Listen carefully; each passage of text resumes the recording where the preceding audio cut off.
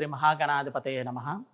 నీలాంజన సమాభాసం రవిపుత్రం యమాగ్రజం ఛాయామార్తాండ సంభూతం తం నమామి శనైశ్చరం. నీలాంజన సమాభాసం అంటే ఎత్తైనటువంటి పర్వతం, నల్లటి కాటుక రంగులో ఉన్నటువంటి పర్వతం వంటి ఆకారంతో ప్రకాశించేటువంటి వాడు అని అర్థం. నీలాంజన సమాభాసం రవిపుత్రం అంటే సూర్యుని యొక్క కుమారుడు అని అర్థం. యమాగ్రజం యమునికి అగ్రజుడు అంటే యముడికి సోదరుడు. తర్వాత ఛాయా మార్తాండ సంభూతం, ఛాయాదేవికి మార్తాండుడికి జన్మించినటువంటి వాడు. మార్తాండు అంటే అర్థం ఏంటంటే సూర్యునికి 12 రకాలైనటువంటి ఆదిత్యులుగా పేర్లు ఉన్నాయి. వాటిల్లో ఈ యొక్క శని అనేటువంటి అతను జన్మించింది మార్తాండ స్వరూపము. మార్తాండ స్వరూపం అంటే ఏంటంటే మనం వేసవి కాలంలో మిట్ట మధ్యాహ్నం 1 గంటకి మనం ఎండలోకి వెళ్ళి నుంచుంటే ఏ విధమైనటువంటి మనకి వేడి పుడుతుందో అటువంటి సూర్యుని యొక్క శక్తికి పుట్టినటువంటి వాడు మార్తాండు అనమాట. కాబట్టి ఛాయా మార్తాండ సంభూతం, అటువంటి ఛాయాదేవికి మార్తాండ స్వరూపమైన సూర్యభగవానునికి జన్మించినటువంటి వాడు, సంభవించినటువంటి వాడు అయినటువంటి తం నమామి శనైశ్చరం. అంటే ఛాయా మార్తాండ సంభూతం తం నమామి శనైశ్చరం అంటే అటువంటి దేవదేవుడైనటువంటి ఆ యొక్క శని భగవానునికి నేను నమస్కరిస్తున్నాను. ఎటువంటి భగవానుడికి నమస్కరిస్తున్నాను అని అంటే శనైశ్చరం, శనై ఇతిహి చరహ అంటే మందగతంగా నడిచేటువంటి వాడు అనేటువంటి అర్థం అన్నమాట. కాబట్టి అటువంటి శని భగవానుడికి నమస్కరించుకుంటూ ఈరోజు మనం ఈ యొక్క స్వామివారి గురించి అందరికి కూడా విపులంగా వివరించుకుందాం. వినుకొండ నియోజకవర్గ ప్రజలకు మరియు పల్నాడు జిల్లా ప్రాంత వాసులకు మరియు ఆంధ్రప్రదేశ్ రాష్ట్ర ప్రజలకు మరియు తెలంగాణ రాష్ట్ర ప్రజలకు మరియు మన తెలుగువారు అందరికీ, ప్రపంచం నలుమూలలో ఉన్నటువంటి తెలుగు ప్రజలందరికీ కూడా ఒక మంచి విశేషమైనటువంటి శుభకరమైనటువంటి శుభవార్తతో ఈరోజు మీ ముందుకు రావడం జరిగింది. ఇది వినుకొండ పట్టణ నగర శివారులో, పల్నాడు జిల్లా వినుకొండ పట్టణం నగర శివారులో నర్సరావుపేట రోడ్డు నందు శరవేగంగా నిర్మాణం జరిగి ప్రతిష్ఠ గావించబడి పూజలు అందుకుంటున్నటువంటి మహిమాన్విత శ్రీ జ్యేష్ఠలక్ష్మి సమేత శ్రీ శనైశ్చర స్వామివారి దేవస్థానం అండి. ఈ యొక్క దేవస్థానం నిర్మాణం అయి ఇప్పటికీ ప్రతిష్ఠించబడి ఇప్పటికి 3 సంవత్సరాలు పూర్తవుతూ ఉన్నది. ఈ యొక్క దేవాలయంలో స్వామివారు శ్రీ జ్యేష్ఠలక్ష్మి మాతతో సహా కొలువై ఉన్నటువంటి ప్రసిద్ధమైనటువంటి క్షేత్రం ఇది. అంటే ఈ యొక్క ఆలయం యొక్క ప్రత్యేకత ఏమిటంటే మనకి అనేకమైనటువంటి శనీశ్వరాలయాలు మన దేశం మొత్తం మీద చాలా అరుదుగా తక్కువగా ఉన్నాయి. శనీశ్వరాలయాలు ఎన్ని ఉన్నాయి అని చెప్పేసి మనం లెక్క పెట్టుకుంటే వాటిని వేల మీదే మనం లెక్క పెట్టాలి. అయితే జ్యేష్ఠాదేవితో పాటు కొలువై ఉన్న శనీశ్వరాలయం ఎక్కడ ఉన్నాయంటే మాత్రం మన దగ్గర సమాధానం అనేటువంటిది ఉండదు. కానీ ఈరోజు ఆ సమాధానం అనేటువంటిది అందరికీ దొరికింది.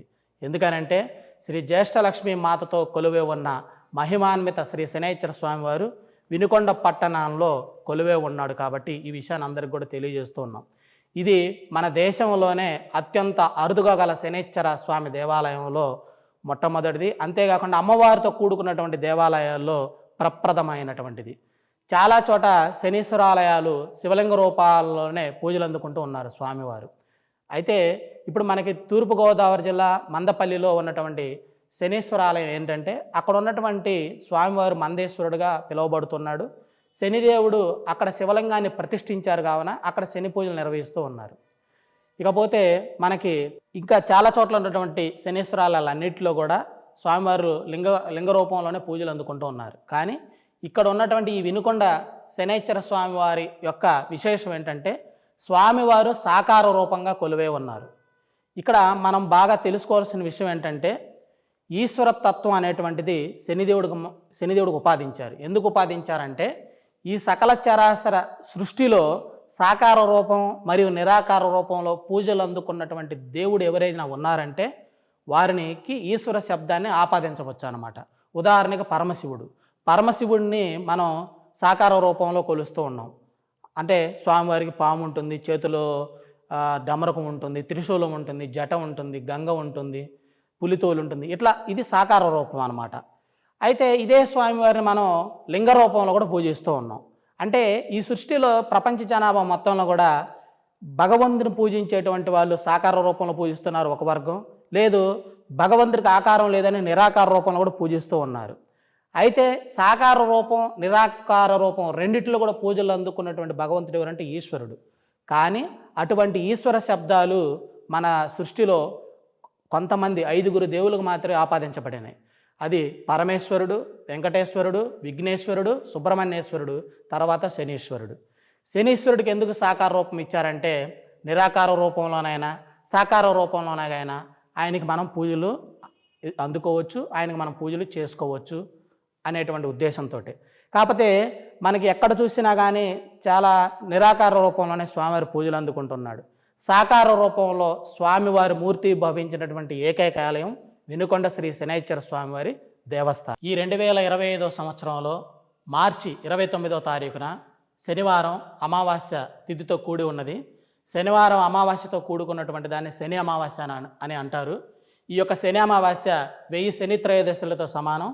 ఈరోజు శనిదేవునికి చేసే అభిషేకము కానీ తైలాభిషేకము కానీ, అంతేకాకుండా స్వామివారికి చేసే నువ్వుల నూనె నల్ల నువ్వులు దానములు కానీ, స్వామివారికి నిర్వహించే శనిదేవుడికి నిర్వహించే జపము కానీ హోమము కానీ విశేషమైనటువంటి ఫలితాలను ఇస్తూ ఉంటుంది. అంతేకాకుండా పితృదేవతల యొక్క అనుగ్రహంతో పాటు పితృదేవత శాపములు ఏవైనా ఉన్నా కానీ అవన్నీ కూడా తొలగిపోతాయి. అంతేకాకుండా ఈ యొక్క శని అమావాస్య ఖచ్చితంగా మార్చి 29వ తారీఖు శనివారం ఉదయం 5:05 ఈ యొక్క శని భగవానుడు కుంభరాశి నుండి మీనరాశిలోకి ట్రాన్సిస్ట్ అవుతూ ఉన్నాడు. అనగా శనిదేవుడు ఒక రాశి నుంచి మరొక రాశిలోకి ప్రవేశించడానికి మొత్తంగా 2.5 సంవత్సరం కాల వ్యవధి పడుతుంది. అయితే ఈ యొక్క శని అమావాస్యకు ప్రాధాన్యత ఏంటంటే ఇదే రోజున తెల్లవారుజామున 5:25 నుండి స్వామివారు కుంభరాశిలో నుంచి మీనరాశిలోకి వస్తూ ఉన్నారు స్వామివారు. దీనివల్ల ఏమవుతుందంటే ఈ మీనరాశిలో ఆల్రెడీ రాహువు అక్కడ ఉన్నాడు. అక్కడ రాహుతో పాటు శని కలయిక జరుగుతుంది. దీన్ని గ్రహాలలో జ్యోతిష్ శాస్త్రంలో పిశాచ యోగం అని అంటారు. దానివల్ల ఈ యొక్క మీనరాశి వాళ్ళకి, అంతేకాకుండా వ్యయస్థానంలో ఉన్నటువంటి ఈ యొక్క మేషరాశి వారికి, వీరందరూ కూడా సుమారుగా 55 రోజులు వీరు చాలా జాగ్రత్తగా అప్రమత్తంగా ఉండాలి.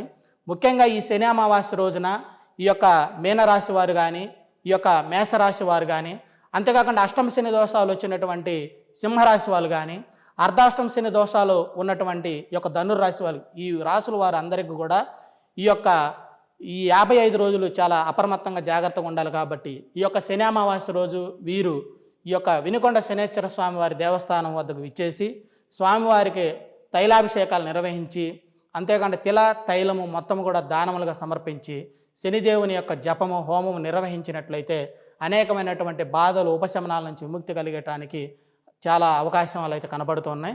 కాబట్టి అందరూ కూడా ఈ యొక్క శని అమావాస్య రోజు స్వామివారిని దర్శించి ఈ యొక్క స్వామివారికి అభిషేకం చేసి మీ యొక్క బాధల్ని, రోగాలని, దరిద్ర బాధలను నివారణ చేసుకోవాల్సిందిగా కోరుతున్నాం.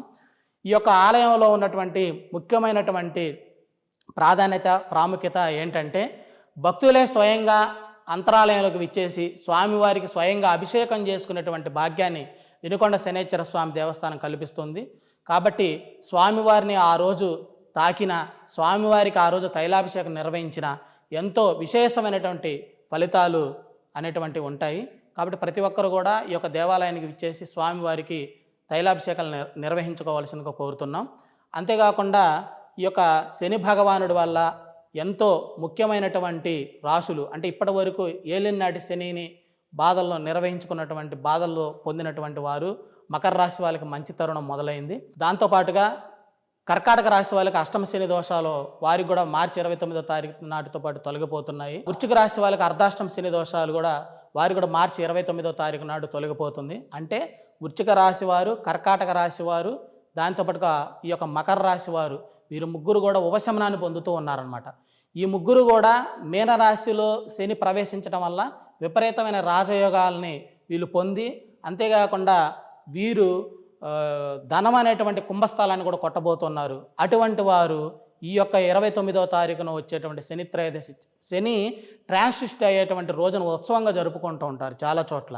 కాబట్టి అటువంటి మొట్టమొదటిసారిగా ఈ యొక్క దేవస్థానంలో ఆ రోజు వస్తుంది. కాబట్టి మీరు ఈ ఉపశమనం పొందిన రాసులు, కొత్తగా ఏలినాటి శనులు, అష్టమ శనులు, అర్ధాష్టమ శనులు వచ్చినటువంటి వారు, వీరందరూ కూడా ఈ యొక్క శనైశ్చర స్వామి వారికి దేవస్థానం వద్దకు విచ్చేసి స్వామివారిని దర్శించి ఈ యొక్క స్వామివారికి తైలాభిషేకాలు నిర్వహించి జపహోమ కార్యక్రమం నిర్వహించుకోవాల్సిందిగా కోరుతున్నాం. ఈ యొక్క మార్చి 29వ తారీఖు నుండి కన్యా రాశి వారికి కంటక శని ప్రారంభమవుతూ ఉంది. కంటక శని అంటే ఏమీ లేదు, ఈ యొక్క శని ఉన్నటువంటి స్థానం నుంచి 7వ స్థానంలోపు ఉన్నటువంటి రాశి కన్యా రాశి కాబట్టి కంటక శని ఏర్పడింది. కంటకం అంటే ఏమి లేదు, ముళ్ళు అని అర్థం అనమాట. అంటే ఇప్పుడు మనం నడిచి వెళ్తూ ఉన్నప్పుడు ఏదైనా ముళ్ళు మన కాల్లో గుచ్చుకుంది అనుకోండి, ఏమవుతుంది, మన శరీరం మొత్తం బాగున్నా కానీ కాల్లో ముళ్ళు గుచ్చుకోవటం వల్ల ఆ యొక్క బాధ వర్ణనాతీతంగా ఉంటుంది. అంటే దీని అర్థం ఏంటంటే మనం ఏ పని మొదలుపెట్టినా, ఏ కొత్త ప్రాజెక్టులు మొదలుపెట్టినా, లేదా ఏ ఉద్యోగ అవకాశాలు ప్రయత్నించినా, లేదా ఏ పోటీ పరీక్షలకు వెళ్ళినా కానీ, ఎక్కడికైనా కానీ ఆ కాల్లో ముళ్ళులాగా మనకి ఏదో ఒకటి అడ్డంకి వచ్చి బాధిస్తూ ఉంటుంది. ఆ బాధ కూడా నివారణ అవటానికి ఈ కన్యా రాశి వారు కూడా స్వామివారికి కంటక శని దోష నివారణకై ఈ యొక్క అభిషేకాలు నిర్వహించుకోవాల్సిందిగా కోరుతున్నాం. శనివారం శని అమావాస్య అత్యంత విశేషమైనటువంటి రోజు. ఈ రోజున శని భగవానుకి నిర్వహించేటువంటి అభిషేకాలు కానీ, పూజలు కానీ, వ్రతము కానీ, శనిదేవుని వ్రతము కానీ, అంతేకాకుండా హోమాలు కానీ, జపాలు కానీ, ఇవన్నీ కూడా 1000 రెట్లు విశేషమైనటువంటి ఫలితాలని అందిస్తూ ఉంటాయి. ఈ యొక్క శని అమావాస్య అనేటువంటిది స్వామివారు ఈ యొక్క కుంభరాశిలో నుంచి మీనరాశిలోకి ట్రాన్సిస్ట్ అయ్యేటువంటి రోజున వచ్చింది కాబట్టి ఇది ఎంతో అయినటువంటిది. ఈ యొక్క ఆలయానికి మీరు ప్రత్యక్షంగా రానివారు, అంటే స్వామివారికి అభిషేకాలు కానీ, దర్శనం కానీ, మీ యొక్క సమయానుకూలతను బట్టి ఇక్కడికి రాలేనటువంటి వారు ముందుగా మాకు తెలియజేసినట్లయితే మీ పేరు మీదుగా స్వామివారికి అభిషేకాలు కానీ, హోమాలు కానీ మేము ప్రత్యేకంగా నిర్వహించి మీకు స్వామివారికి సంబంధించినటువంటి ఈ యొక్క వీడియోని మీకు సెండ్ చేయడం జరుగుతుంది. కాబట్టి సమయానుకూలత లేకుండా ఇక్కడికి రావడానికి సమయం దొరకనటువంటి వాళ్ళు ఎవరైనా ఉంటే అటువంటి భక్తులు మాకు ఫోన్ నెంబర్ ద్వారా మీరు కాంటాక్ట్ అయితే మీ యొక్క గోత్రనామాలు కానీ, మీకు సంబంధించిన వివరాలు కానీ ముందుగా మాకు తెలియపరిచినట్లయితే మేము స్వయంగా ఆ యొక్క శనివారం శని అమావాస్య రోజున మీ పేరు మీదుగా, మీ కుటుంబం పేరు మీదుగా గోత్రనామ పూజలు, లేదా స్వామివారికి ప్రత్యేకమైనటువంటి తైలాభిషేకాలు, షోడశోపచార పూజలు, లేదా మీ శక్తిని బట్టి స్వామివారికి జపము, హోమం నిర్వహించి మీకు దానికి సంబంధించిన ఫోటోలు, వీడియోల ద్వారా మీకు పంపించడం జరుగుతుంది. మీ పేరు మీదకి నిర్వహించడం జరుగుతుంది. ఓం శం శనైశ్చరాయ నమః.